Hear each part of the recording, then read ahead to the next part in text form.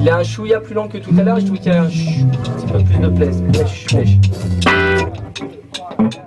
Ouvert seulement depuis septembre et déjà une vingtaine de groupes répètent au studio Covent Garden. Certains musiciens avaient perdu leur créneau de répétition, leur studio voulait tout simplement changer de structure. Pour Eden, groupe de rock du Val d'Oise, ici les conditions de répétition sont propices à la création. La sonorité est impeccable, tout ça fait qu'on répète vraiment dans des conditions fantastiques. C'est agréable et pour l'oreille, on n'a pas les oreilles qui sifflent quand on sort du local. Et puis tout le monde est sympa, donc on est accueillis comme des rois. Covent Garden mise sur la convivialité et les grands espaces, café offert ou stockage du matériel gratuitement.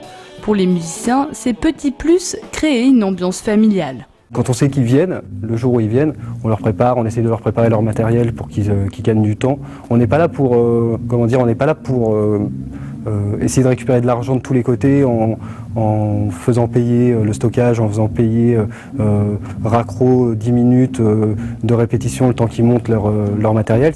Pascal, Bertrand et Michael, les gérants, voulaient offrir un espace qui réunirait à la fois ambiance et qualité, un lieu qui, selon eux, n'existait pas encore dans le département.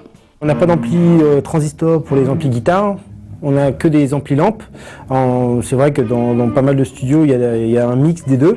Nous, on a fait le choix de prendre que du lampe pour déjà avoir un niveau de gamme assez élevé, en plus d'une acoustique étudiée. Aujourd'hui, il existe dans l'agglomération de Cergy-Pontoise 3 studios municipaux, un studio associatif et désormais 2 studios privés.